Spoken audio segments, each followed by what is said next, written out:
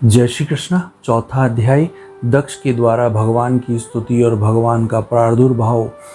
ओम नमो भगवते वासुदेवाय। राजा परीक्षित ने पूछा, भगवान आपने संक्षेप में तीसरे स्कंद में वर्णन किया था कि स्वयंभू मनवंतर में देवता, असुर, मनुष्य, सर्प और पशु पक्षी आदि की सृष्टि कैसे हुई। अब मैं उसी का विस्तार जानना चाहता हूँ। प्रकृति आदि कारणों के भी परम कारण भगवान अपनी जिस शक्ति से जिस प्रकार उसके बाद की सृष्टि करते हैं उसे जानने की भी मेरी इच्छा है। श्री सुखदेव सूत जी कहते हैं, शौनक आदि ऋषियों, परम योगी व्यास नंदन श्री सुखदेव जी ने राशि परीक्षित का यह सुंदर प्रश्न सुनकर उनका अभिनंदन किया और इस प्रकार कहा। श्री सुखदेव जी ने कहा, राजन, प्राचीन भई के 10 लड़के जिनका नाम प्रचेता था, जब समुद्र से बाहर निकले तब उन्होंने देखा कि हमारे पिता के निवृत्ति परायण हो जाने से सारी पृथ्वी पेड़ों से घिर गई है। उन्होंने वृक्षों पर बड़ा क्रोध किया। उनके तपोबल ने तो मानो क्रोध की आग की आहुति ही डाल दी थी। बस उन्होंने वृक्षों को जला डालने के लिए अपने मुख से वायु और अग्नि की सृष्टि की। परीक्षित, जब प्रचेताओं की थोड़ी छोड़ी हुई अग्नि और वायु उन वृक्षों को जलाने लगी, तब वृक्षों के राजाधिराज चंद्रमा ने उनका क्रोध शांत करते हुए इस प्रकार कहा, महाभाग्यवान प्रचेताओं, यह वृक्ष बड़े दीन हैं। आप लोग इनसे द्रोह मत कीजिए, क्योंकि आप तो प्रजा की अभिवृद्धि करना चाहते हैं और भी जानते हैं कि आप प्रजापति हैं। आप प्रचेताओं, प्रजापतियों के अधिपति अविनाशी भगवान श्री हरि ने संपूर्ण वनवासियों, वनस्पतियों और औषधियों को प्रजा के हितार्थ उनके खान पान के लिए बनाया है। संसार में पाखों के उड़ने वाले 4 पक्षियों के भोजन फल पुष्पादि आचार विचार पदार्थ हैं। ऊपर पेड़ से चलने वालों के घास तृणादि बिना पैर वाले पदार्थ भोजन है। हाथ वालों के वृक्ष लता आदि बिना हाथ वाले, और 2 पैर वाले मनुष्यादियों के लिए धान गेहूँ और अन्न भोजन है। 4 पैर वाले बैल ऊँट आदि खेती प्रभृति के द्वारा अन्न की उत्पत्ति में सहायक है। निष्पाप प्रचेताओं, आपने पिता और देवादिदेव भगवान ने आप लोगों को यह उपदेश दिया है कि प्रजा की सृष्टि करो। ऐसी स्थिति में आप वृक्षों को जला डालें, यह कैसे उचित हो सकता है। आप लोग अपना क्रोध शांत करें और अपने पिता पितामह प्रपितामह आदि के द्वारा सेवित सत्पुरुषों का मार्ग का अनुसरण करें। जैसे माँ बाप बालकों की, पलकें नेत्रों की, पत्नी पति की और गृहस्थ शिक्षुओं की और ज्ञानी अज्ञानियों की रक्षा करते हैं, उनका हित चाहते हैं, वैसे ही प्रजा की रक्षा और हित का उत्तरदायी राजा होता है। प्रचेताओं, समस्त प्राणियों के हृदय में सर्वशक्तिमान भगवान आत्मा के रूप में विराजमान हैं।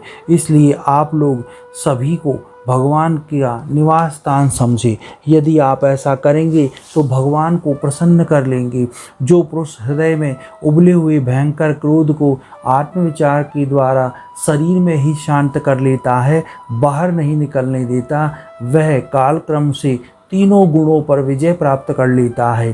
प्रचेताओं, इन दीनहीन वृक्षों को और न जलाइए।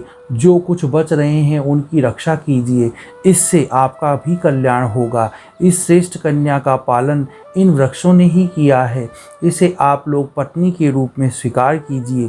परीक्षित, वनस्पतियों के राजा चंद्रमा ने प्रचेताओं को इस प्रकार समझा बुझाकर उन्हें प्रेमलोचा अप्सरा की सुंदर कन्या दे दी और वे वहाँ से चले गए। प्रचेताओं ने धर्मानुसार उसका प्राणी ग्रहण किया। उन्होंने प्रचेताओं के द्वारा उस कन्या के गर्भ से प्राचेतस दक्ष की उत्पत्ति हुई।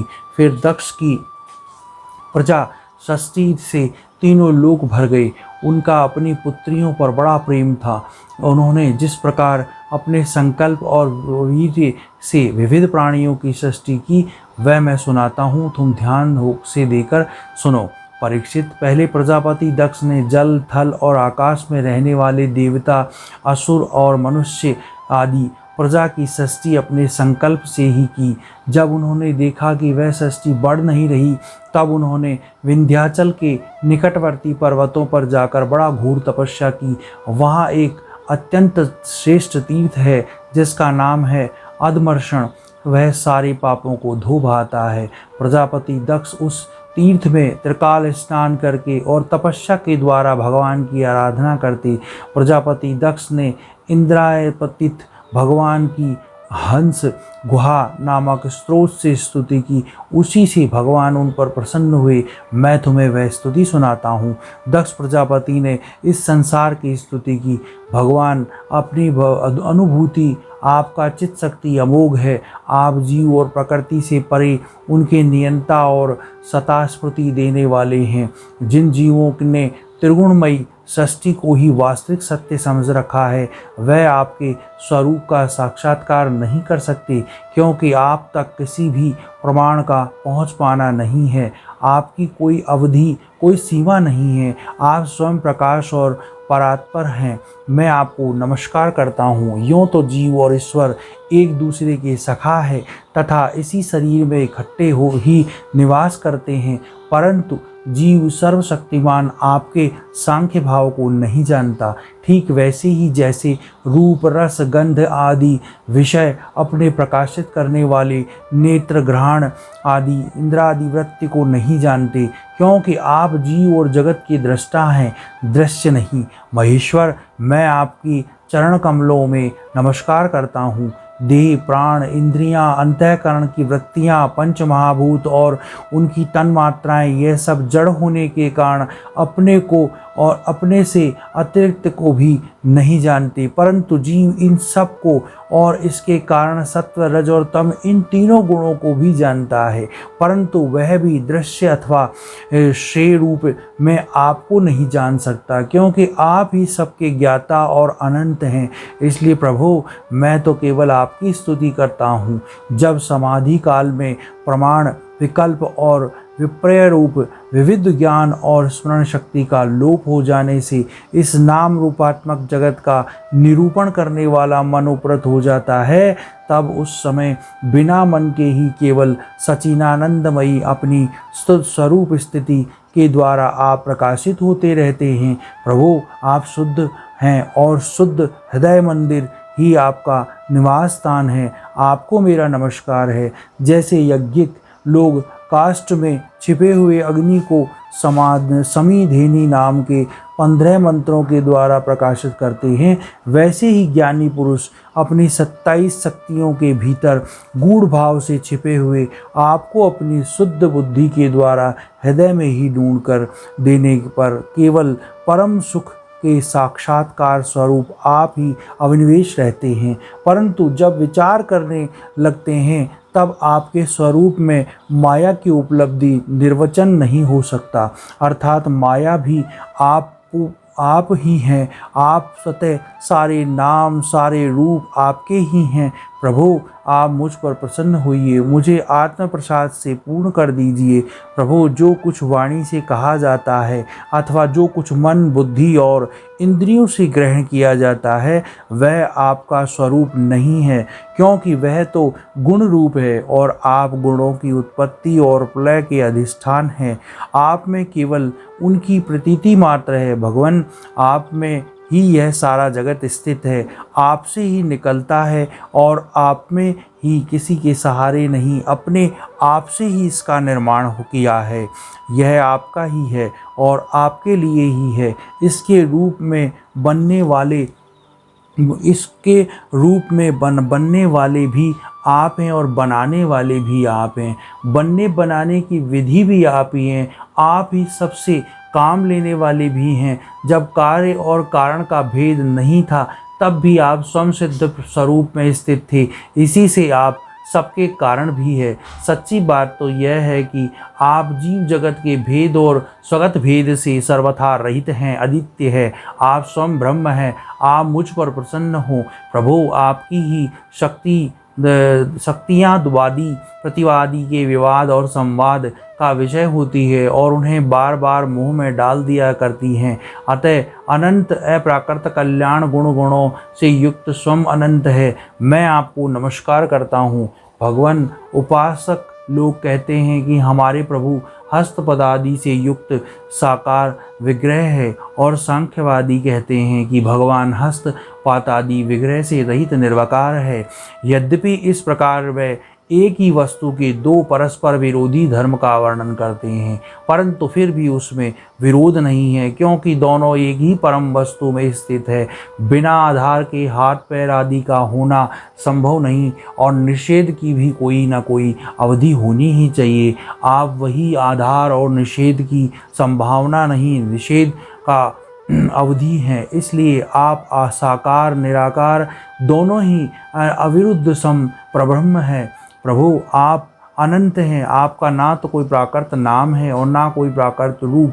फिर भी जो आपके चरण कमलों का भजन करते हैं, उन पर अनुग्रह करने के लिए आप अनेक रूपों में प्रकट होकर अनेकों लीलाएं करते हैं, और उन रूपों और लीलाओं का अनुसार अनेकों नाम धारण कर लेते हैं।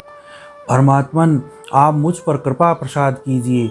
लोगों की उपासनाएं प्राण साधारण कोटि की होती है, अतः आप सबके हृदय में रहकर उनकी भावना के अनुसार भिन्न भिन्न देवताओं के रूप में प्रतीत होते रहते हैं। ठीक वैसे ही जैसे हवा गंध का आश्रय लेकर सुगंधित प्रतीत होती है, परंतु वास्तव में सुगंधित नहीं होती, ऐसे सबकी भावनाओं का अनुसरण करने वाले प्रभु मेरी अभिलाषा पूर्ण करें। श्री सुखदेव जी कहते हैं, परीक्षित, विंध्याचल के अधमर्षण तीर्थ में जब प्रजापति दक्ष ने इस प्रकार स्तुति की, तब भगवत वत्सल भगवान उनके सामने प्रकट हो गए। उस समय भगवान गरुड़ के कंधों पर चरण रखे हुए विशाल एक हष्टपुष्ट 8 भुजाएं थी। उसमें चक्र, शंख, तलवार, ढाल, बाण, धनुष, बाश और गदा धारण किए हुए थे। वर्षाकालीन मेघ के समान श्यामल शरीर पर पीतांबर फहरा रहा था। मुखमंडल प्रफुल्लित हो रहा था। नेत्रों से प्रसाद की वर्षा हो रही थी। घुटनों तक वनमाला लटक रही थी। वक्षस्थल पर सुनहरी रेखा, श्रीवत्स चिन्ह और गले में कौस्तुभ मणि जगमगा रही थी। बहुमूल्य किरीट, कंगन, मंकराकृत कुंडल, करधनी, अंगूठी, कड़े, नुपुर और बाजूबंद अपने अपने स्थान पर सुशोभित थे। त्रिभुवनपति भगवान ने त्रिलोक के विमोहन रूप धारण कर रखा था। नारद, नंद, सुनंद और पार्षद उनके चारों ओर खड़े थे। इंद्र आदि देवेश्वर गण स्तुति कर रहे थे तथा सिद्ध गंधर्व और चारण भगवान के गुणों का गान कर रहे थे। यह अत्यंत आश्चर्यमय और अलौकिक रूप देखकर दक्ष प्रजापति कुछ सहम गए। प्रजापति दक्ष ने आनंद से भरकर भगवान के चरणों में साष्टांग प्रणाम किया। जैसे झरनों के जल से नदियां भर जाती है, वैसे ही परमानंद के उद्वेग से उनकी एक एक इंद्रियां भर गई और आनंद परवश हो जाने के कारण वह कुछ बोल न सके। परीक्षित, प्रजापति दक्ष अत्यंत नम्रता से झुककर भगवान के सामने खड़े हो गए। भगवान सबके हृदय की बात जानते हैं। उन्होंने दक्ष प्रजापति की भक्ति और प्रजावृद्धि की कामना देखकर उनसे यूँ कहा। श्री भगवान ने कहा, परम भाग्यवान दक्ष, अब तुम्हारी तपस्या सिद्ध हो गई, क्योंकि मुझ पर श्रद्धा करने से तुम्हारे हृदय में मेरे प्रति जो परम प्रेम भाव का उदय हो गया है। प्रजापति, तुमने इस विश्व की वृद्धि के लिए तपस्या की है, इसलिए तो मैं तुम पर प्रसन्न हूँ, क्योंकि यह मेरी ही इच्छा है कि जगत के समस्त प्राणी अभिवृद्ध और समृद्ध हों। ब्रह्मा, शंकर, तुम्हारे जैसे प्रजापति, स्वयंभू आदि, मनु और इंद्र आदि देवेश्वर, यह सब मेरी विभूतियाँ हैं और सभी प्राणियों की अभिवृद्धि करने वाले हैं। ब्राह्मण, तपस्या मेरा हृदय है, विद्या शरीर है, कर्म आकृति है, यज्ञ अंग है, धर्म मन है और देवता प्राण है। जब यह सृष्टि नहीं थी तब केवल मैं ही था, और वह भी निष्क्रिय रूप में। बाहर भीतर कहीं भी कुछ भी ना था, न तो कोई दृष्टा था और न दृश्य। मैं केवल ज्ञान स्वरूप और अव्यक्त था। ऐसा समझ लो मानो सब कुछ और सुषुप्ति ही सुषुप्ति छा रही थी। प्रिय दक्ष, मैं अनंत गुणों का आधार और स्वयं अनंत हूँ। जब गुणमयी माया के शोभ से यह ब्रह्मांड शरीर प्रकट हुआ, तब इसमें अयोनिज आदि पुरुष ब्रह्म उत्पन्न हुआ। जब मैंने उनमें शक्ति और चेतना का संचार किया तब देव शिरोमणि ब्रह्म षष्ठी करने के लिए उद्धत हुए, परंतु उन्होंने अपने को सृष्टि कार्य में असमर्थ सा पाया। उस समय मैंने उन्हें आज्ञा दी कि तप करो। तब उन्होंने घोर तपस्या और उस तपस्या के प्रभाव से पहले तुम 9 प्रजापतियों की सृष्टि किए। प्रिय दक्ष, देखो यह प्रपंच प्रजापतियों की कन्या अशकिनी है, तो इसे तुम अपनी पत्नी के रूप में ग्रहण करो। अब तुम ग्रस्तोचित स्त्री सहवास रूप धर्म का स्वीकार करो। यह आशिकिनी भी इसी धर्म को स्वीकार करेगी, तब तुम इसके द्वारा बहुत सी प्रजा उत्पन्न कर सकोगे। प्रजापति, अब तक तो मान की सृष्टि होती थी, परंतु अब तुम्हारे बाद सारी प्रजा मेरी माया से स्त्री पुरुष के संयोग से ही उत्पन्न होगी और मेरी सेवा में तत्पर रहेगी। श्री सुखदेव जी कहते हैं, विश्व के जीवन दाता भगवान श्री हरि का यह कहकर दक्ष के सामने ही इस प्रकार अंतर ध्यान हो गई जैसे स्वप्न में देखी हुई वस्तु स्वप्न टूटने पर लुप्त हो जाती है। चौथा अध्याय समाप्त। ओम नमो भगवते वासुदेवाय।